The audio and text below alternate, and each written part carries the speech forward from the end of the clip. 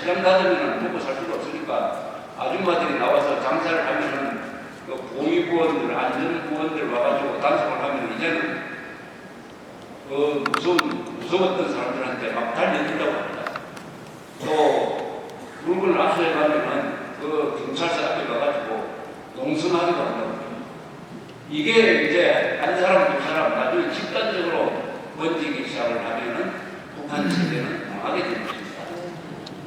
공산 체제는 소요가 안 된다고 생각하면 빠른 속도로 번져가지고 급속도로 붕괴되는 경우를 우리가 동부에서 많이 봤습니다.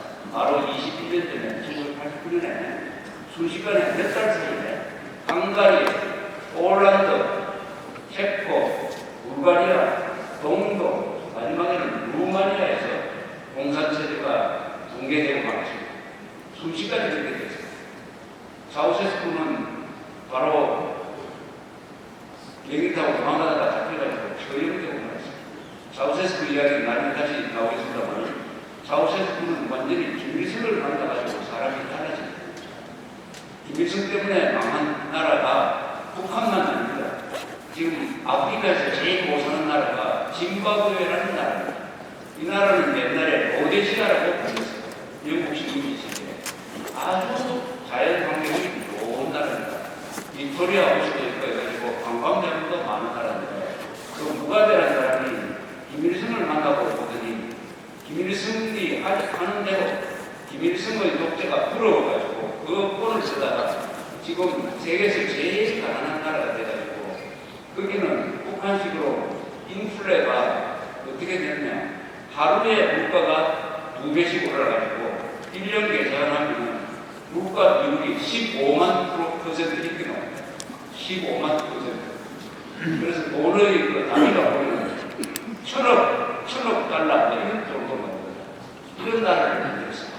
즉 김일성이라는 이 악마적 지도자와 친한 사람은 그 사람이 한국 사람이든지 차우세스쿠든지 무가베든지 다 비참한 말을 하게 되어 있는 것입니다. 이런 자리에서 바로 문남교회 여러분들을 뵈니까 바로 여러분들이 이런 득동기에 결정적 중간에서 아주 결정적 역할을 하실 수 있는 분들이라고 생각을 합니다. 북한 체제가 겁나게 보이지만 사실은 거기에 급소가 있습니다. 약점이 있습니다. 북한 체제, 공산주의의 약점, 특히 김일성, 김정일 체제의 가장 큰 약점이 뭐냐? 거짓말이라는 게 있습니다. 저 공화국은 거짓말이라는 토대 위에 서 있어요. 그래서 거짓말이 결통이 나고 거짓말이 진실에 의해서 무너지는 날이 북한 체제가 끝납니다. 그 예를 보여주는 것이 바로 며칠 전에 북한의 경찰에 해당되는 사회안전부, 국정원에 해당되는 5.19가 합동성명서를 냈는데 뭐라고 하느냐? 계속 공화국을 반대하는 이란을 보내서 가만히 있지 않겠다 이렇게 선언을 했어요. 이란을 보낸다고. 그런데 이란을 보내는 한국 사람이 많지 않아요. 지속적으로 보내는 사람이 딱 한 사람이 있습니다. 이민복이라는 사람이에요. 이민복, 탈북자입니다.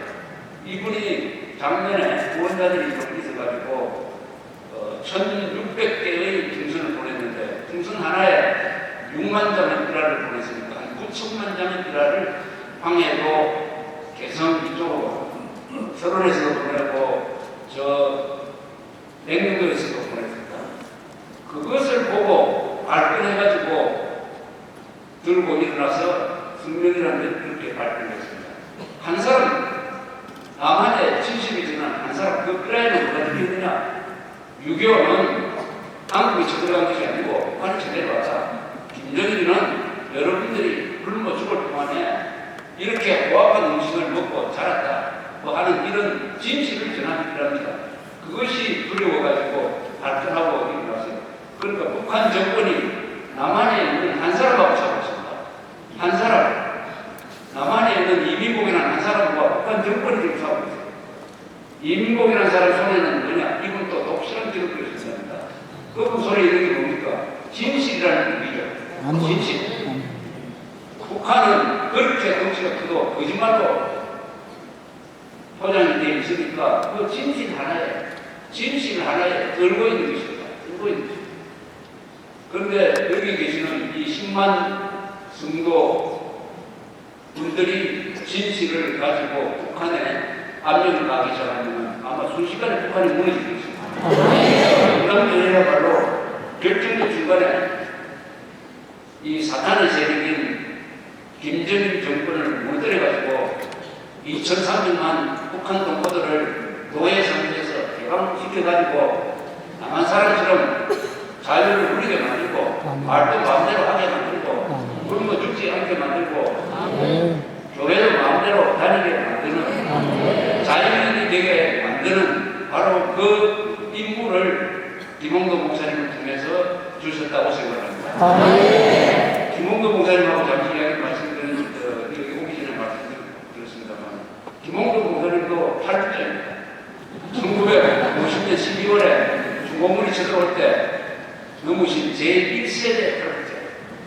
이분들은 선지자입니다. 무엇은 선지자입니다. 선지자는 한자 말 그대로 먼저 아는 사람이에요. 뭘 먼저 알았느냐. 공산주의가 얼마나 악독한 이념인가를 먼저 아시는 분들. 그분들이 북한 공산주의를 피해서 해방 직후부터 넘어오시게 되었습니다. 그분들이 남한에서 무슨 일을 했느냐. 공산주의가 이렇게 나쁘고 하다는 것을 공산주의를 모르는 한국 사람들한테 알려주기 시작했습니다. 그분들이 서북 주민단을 만들고 또 군에 들어가서 장교가 되고 해서 6.25 났을 때 남한의 장성들은 대령 이상들은 거의 대부분이 북한에서 오신 분들이었어요. 바로 그 한 분 중에 우리 김홍도 목사님이 오셔가지고 여기서 관공의 보루를 만들었습니다. 한국 교회에서 관공의 보루를 만들었습니다. 관공의 보루는 뭐냐? 진실을 지키는 보루인 것입니다. 아멘. 남북한이 싸우는데 두 가지 전선이 있습니다.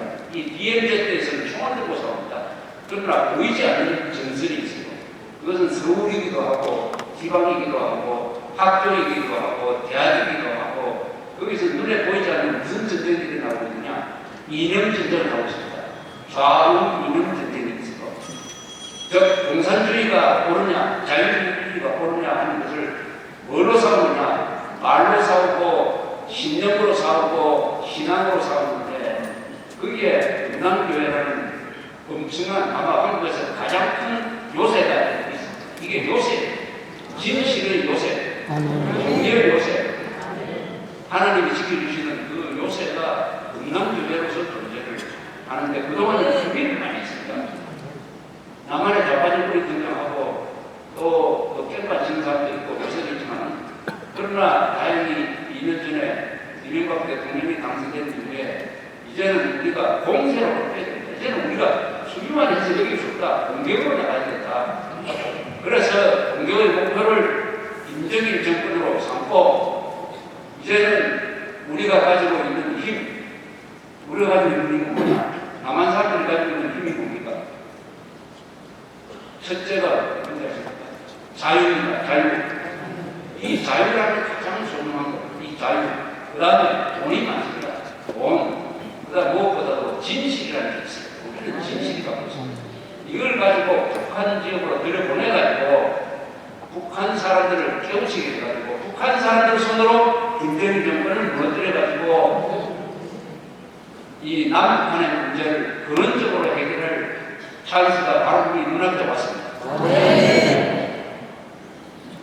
그러면은 김일성, 김정일과 금남교회, 김일성, 김정일과 대한민국의 기독교는 도대체 무슨 관계냐? 무슨 관계냐? 동반자 관계냐? 아니면 원수지간이냐? 아니면 그보다 심한 사탄의 세력과 하나님의 세력의 대결이냐? 하는 것을 정확하게 우리가 알아야 됩니다.